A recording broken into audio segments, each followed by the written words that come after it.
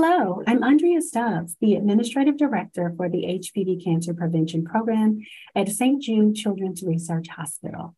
We are delighted to be a part of the HPV Provider Education Series, and I thank you for the opportunity to discuss effective evidence-based interventions and implementation for HPV cancer prevention. Our program's vision and mission are founded on the principle of HPV vaccination as an important cancer prevention tool. We envision a world free of HPV cancers. The goals of today's presentation are to describe HPV as a significant health burden in the United States and discuss efforts to reduce its impact, highlight the effective evidence-based interventions that have been used to improve HPV vaccination coverage. And given that a healthcare provider's recommendation is the greatest predictor of HPV vaccination coverage, discuss tools and resources to make a strong HPV vaccination recommendation. Before I share more about evidence-based interventions, I want to take a moment to provide a brief overview of HPV cancer prevention. HPV vaccination has been recommended in the US since 2006. It works to prevent 6 types of cancer: precancers of the cervix, genital warts, and recurrent respiratory papillomatosis. However, uptake of this innovation has been slow. Most cancers caused by HPV are almost entirely preventable. Every year in the United States, about 37,000 people are diagnosed with a cancer caused by HPV infection, and globally, the number is 630,000 new cases annually. Although cervical cancer is the most well-known of the cancers caused by HPV, cervical cancer is just the tip of the iceberg. Cervical cancer is the only type of HPV cancer with the recommended screening test to detect it at an early age. The other types of HPV cancers may not be detected until they cause health problems. HPV vaccination could prevent more than 90% of cancers caused by HPV from ever developing. It's also important to note that hundreds of thousands of women are diagnosed with precancers of the cervix each year. And there are estimated to be more than 500,000 cases of genital warts, plus thousands of cases of recurrent respiratory papillomatosis. HPV costs $775 million each year in the United States, second only to HIV at $13.7 billion. It is costly in terms of dollars and cents, and also people. Every data point we share today represents a person who is known and loved and mattered. The cancer prevention potential is awesome, and so is protection against these other types of HPV diseases. The most recently available data for HPV cancers in the US are from 2019. I've included the top 5 states here for reference. You can see the Midwest, Mid-South, and Southern US have the highest rates of new HPV cancers, as indicated by the darker shades of blue in this map. The top states for HPV cancers are Arkansas, Kentucky, West Virginia, Delaware, and Oklahoma. And I want to focus on selected specific areas of opportunity throughout my talk today to emphasize important components of messaging related to these inequities. First, I'll talk about oral cancers among men, HPV vaccination with rural communities, and finally, inequities in HPV cancers. Oropharyngeal cancers have surpassed cervical cancer as the most common HPV cancer. This change happened a few years ago. 83% of HPV-associated oropharyngeal cancer cases are diagnosed amongst men, with 90% of oropharyngeal cancers diagnosed in white men. The total number of oropharyngeal cancers equals to approximately 17,889, with white men representing over 16,000 of these cases, Black men approximately 1,200, Hispanic men a little over 1,000, and Asian and Pacific Islander men approximately 200. So what does this mean? It means HPV vaccination is for everyone, not just for girls or women because of cervical cancer, but for everyone. We especially see surges in oropharyngeal cancers caused by HPV among white men and also in rural populations. Framing HPV vaccination only as a vaccine to prevent cervical cancer really misses the opportunity to prevent oropharyngeal cancers among men and women. The recommendations from the American Cancer Society and also the American Academy of Pediatrics differ slightly. Both ACS and AAP support HPV vaccination starting at age 9 and have developed tools to help healthcare providers start recommending at age 9. In addition, the ACS does not recommend HPV vaccination for people in the 27 to 45-year-old age group. This is because of the possible reduced protection as a result of likely exposure. With that said, the CDC recommendations remain, and we know this is especially true for some populations who are at higher risk of HPV cancers, that some protection is afforded through vaccination across the lifespan. Shown here is HPV vaccination initiation by state. There is wide variation in coverage across the country, ranging from 56% in Mississippi to 90% in Rhode Island. Coverage is generally lower in the Southeast and higher in the New England area in North and South Dakota. Of importance to note is that NIS teen data allows us to examine trends over time and provide a very nice and useful snapshot of what is happening. There is sometimes variation from year to year, even if the overall trend shows increases. This slideshow shows state-level coverage for the HPV series. Coverage ranges from 33% in Mississippi to 83% in Rhode Island. You can see a similar coverage pattern for HPV up-to-date series as with HPV vaccination initiation. In terms of the Healthy People 2030 goal, which encourages 80% of 13 to 15-year-olds to be fully vaccinated against HPV, we fall short nationally, but some states, including Rhode Island, have achieved the national goal. So we have considerable opportunity for improvement when it comes to HPV vaccination to achieve similar levels of protection. Here's HPV vaccination with other adolescent vaccinations. Pertussis and meningitis vaccine is recommended for 11 to 12-year-olds, in addition to HPV vaccination and seasonal flu, and now COVID-19. This is the traditional CDC coverage figure with the routine adolescent vaccines for the SPAN or NIS teen. Coverage for all vaccines have increased, and there is a sizable coverage difference in HPV vaccine coverage compared to Tdap and meninge. In 2021, 89% of adolescents aged 13 to 17 years had received greater than one Tdap dose, and 89% have received greater than one meninge dose. Coverage with greater than one HPV vaccine dose in 2021 was 76.9%, an increase of 1.8 percentage points from 2020. 61.7% were HPV up to date, an increase of 3.1 percentage points. One important point to note here is the difference between HPV and Tdap, which can be used to create a Tdap ratio representing the ideal level of coverage in a state. Tdap has largely flattened out, driven by school mandates, and HPV has incrementally increased. We also see differences in vaccination coverage by urbanicity. Vaccination coverage has consistently been lower for adolescents living in rural areas, as seen by the red line, though the difference appears to be narrowing with the most recent years of data. However, vaccination coverage has been increasing for rural adolescents at the same rate as urban adolescents. Based on several studies published recently, HPV vaccination is preventing cases of cancer.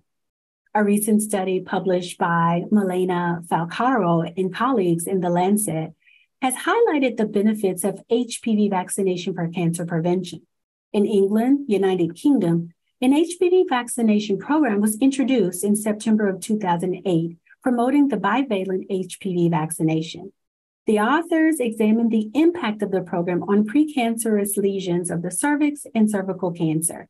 They found a substantial reduction in precancerous lesions and cervical cancers in young women following implementation of the HPV vaccination program.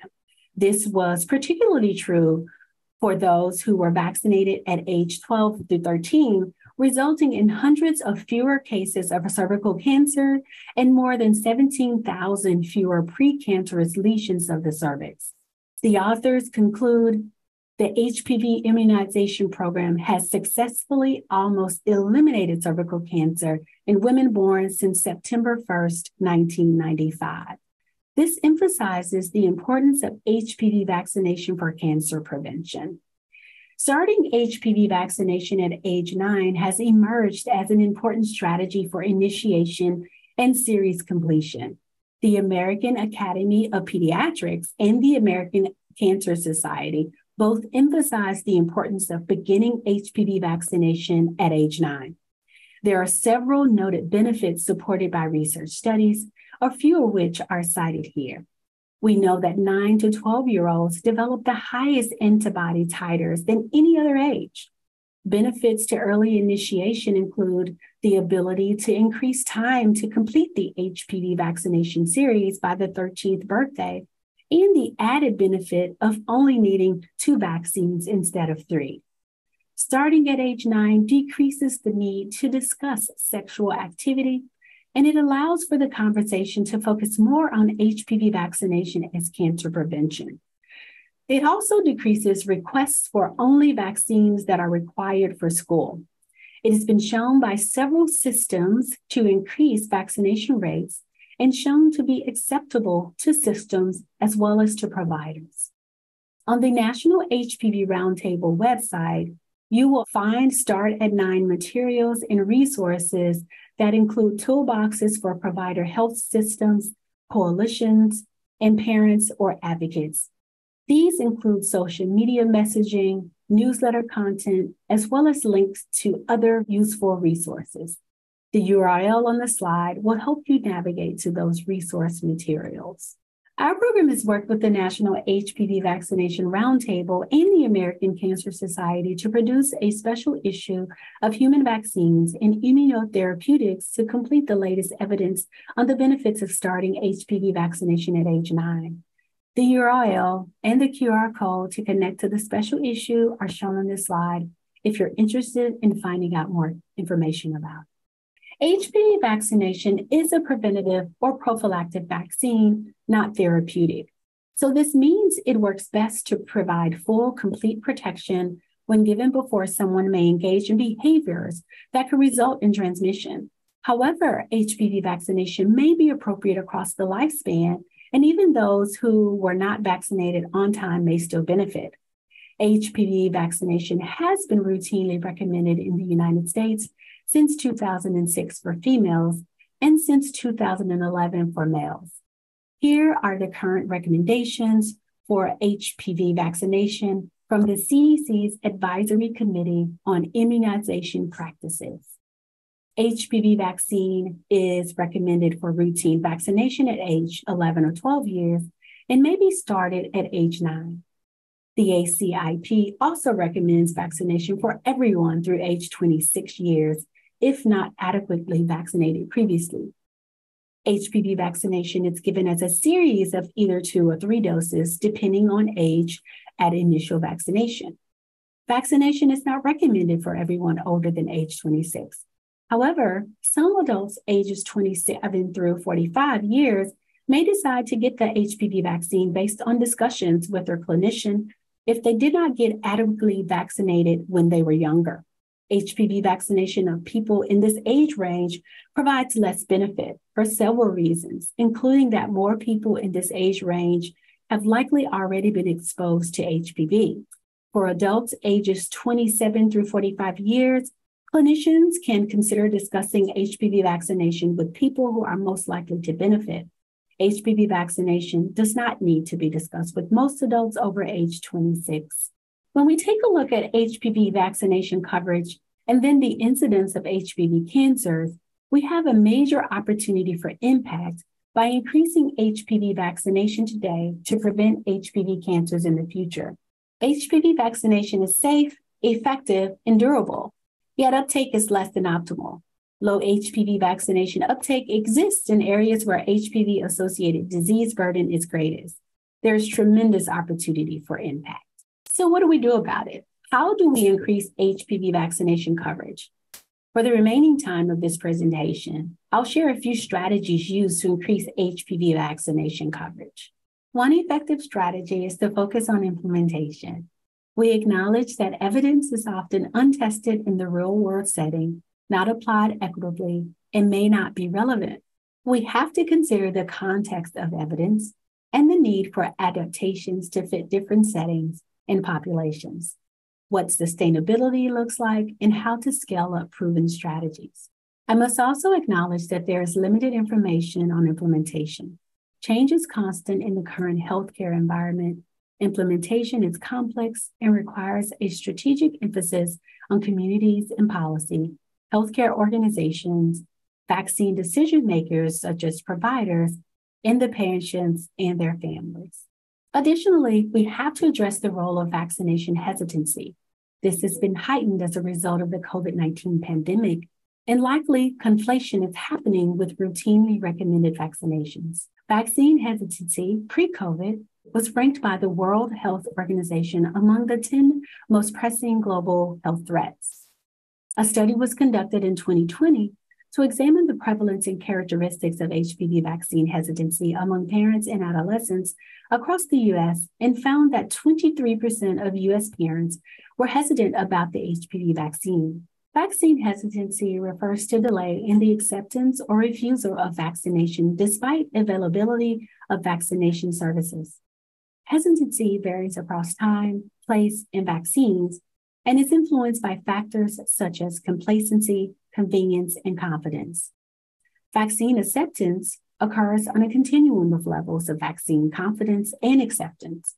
Refusing all vaccines is on one end, and accepting all vaccines on time or as recommended is on the other. Somewhere in the middle emerges hesitancy or reluctance or refusal to vaccinate despite availability and access to vaccines. In simple terms, vaccine hesitancy leads to refusing some vaccines, delaying some vaccines, and accepting some vaccines. For those who experience vaccine hesitancy, working to build confidence in vaccines is paramount. Vaccine hesitancy threatens to reverse any progress that has been made over the years in tackling vaccine-preventable diseases. Evidence-based interventions effectively reduces HPV vaccination and are defined as programs, practices, processes, policies, and guidelines that have proven efficacy in a population and setting. Evidence-based interventions can be implemented and disseminated to increase HPV vaccination. Many evidence-based interventions are multi-level and target various systems.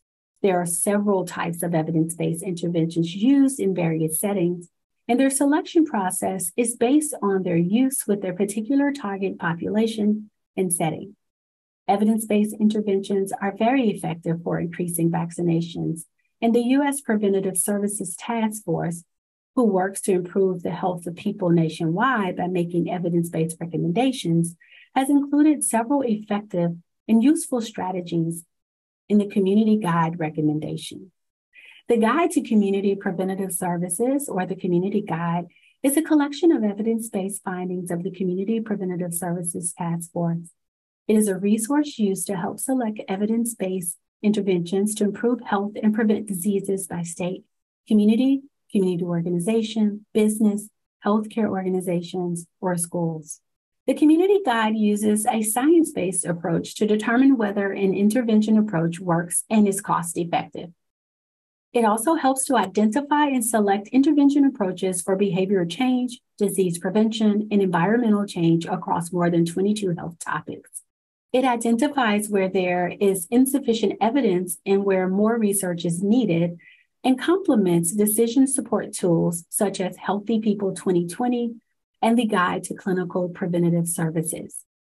The Community Preventative Services Task Force issues findings based on systematic reviews of effectiveness and economic evidence that are conducted with a methodology developed by the Community Guide branch.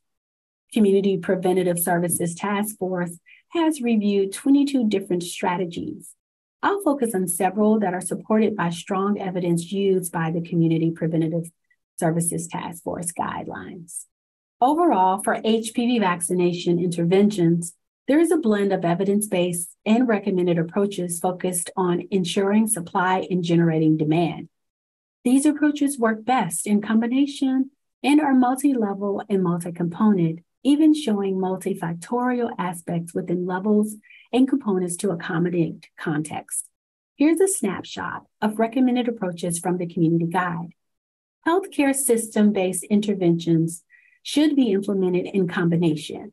This means at least one intervention to increase client demand, such as client reminder and recall, client-based clinic education, or one or more interventions that address either or both of the following strategies, including interventions to enhance access to vaccinations or interventions directed at vaccination providers or systems.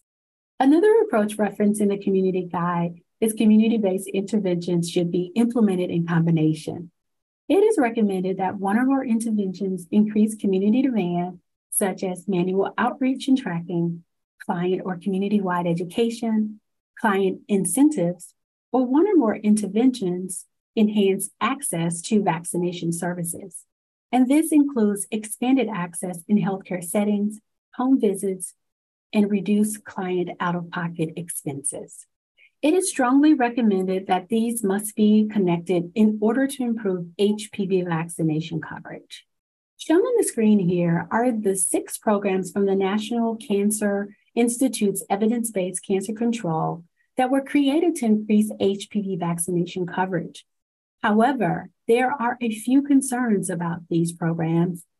4 focus exclusively on females, and the recommendation for routine vaccination of males was made in 2009, nearly 13 years ago. Only 2 of the interventions included addresses HPV vaccination among both females and males. Most are focused on clinical settings, which is important, and also would be nice to see more focus on community settings and linking community programs to vaccination access points. The majority of these evidence-based interventions, 5 out of 6, did not include 9 to 10-year-olds. There are efforts, however, underway to update the evidence-based cancer control programs repository for HPV vaccination programs, and also many interventional research studies underway to determine effectiveness. In addition to these 2 evidence-based repositories, there are numerous other published interventions that have been shown to successfully improve HPV vaccination initiation and/or completion. We've highlighted a few examples here. There's growing evidence about the value of designing multi-level interventions to target different levels, such as an individual, interpersonal, clinical, and community. Quality improvement and learning collaboratives have shown promise by aligning activities with usual clinical workflows, and also by including approaches recommended in the Community Guide. School-based interventions have not been as commonplace in the U.S. as in other countries, but have shown promise in certain geographic regions. To date, these interventions have not yet been indexed or clearly outlined in the Community Guide. Nonetheless, with few exceptions, most of these have focused on the routine recommendation age of 11 to 12 years. Additionally, the existing evidence base does not reflect the diversity of populations who may benefit from HPV vaccination at age 9 and the range of public health and clinical settings that serve them. In previous research studies, colleagues in this field examined other strategies to improve uptake of HPV vaccination. This includes a study of community clinical linkages to promote HPV vaccination. They found a limited focus on these linkages to address both the supply and demand challenges and the importance of building on what does exist in communities and working with trusted people and organizations. This may be a particularly important approach in promoting starting HPV vaccination at age 9 and accelerating dissemination and preventing HPV cancers. As I round out today's discussion, I want to remind you as a provider that you have the opportunity at every visit to promote HPV vaccination in a way that will retain trust with your patients. First and most importantly, your recommendation, a strong healthcare provider recommendation in a supportive healthcare setting, continues to be the most significant predictor of HPV vaccination coverage. This approach here listed on the screen from Drs. Noel Brewer and Dr. Melissa Gilkey offers a simplified way to give a strong recommendation in the same way on the same day. This approach was developed to promote on-time vaccination, and the example shown here is for the adolescent platform of vaccines, pertussis, HPV, and meningitis. This approach is up to 10 times more effective than recommendations in other formats. This approach instills confidence in the parent or caregiver. Here's what a strong recommendation looks like in practice. It's really this simple using the formula shared on the previous slide. Now that Elise is 11, she's due for 3 vaccines to protect her against meningitis, HPV cancers, and pertussis. We'll give them at the end of the visit. That's it. That's what it takes to see up to 10 times higher rates of acceptance and HPV vaccination coverage among our patients. Common sources of hesitancy include age for vaccination, sexual behavior, safety, effectiveness, guidelines, why should boys be vaccinated, and school entry requirements. Here's one example of a recommended message designed to address concerns. Here's an example of a message from a hesitant parent.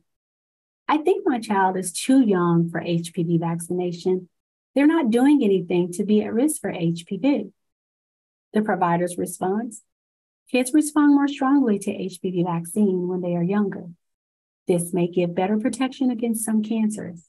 This is a moment of prevention today for protection in the future. Another effective strategy is motivational interviewing.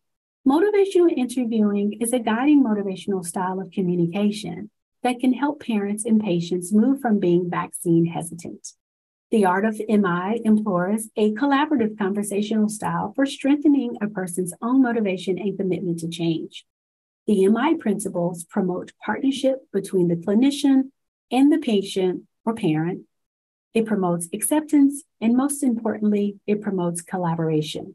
We've partnered with Unity Consortium for Adolescent Vaccinations to develop a video-based training program for healthcare providers to help achieve positive adolescent vaccination outcomes.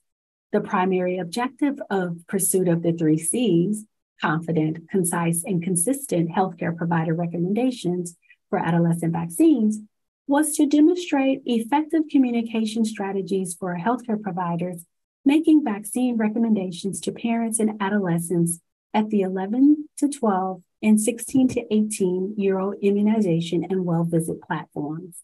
I've included a link here that demonstrates application and use of motivational interviewing for HPV vaccination.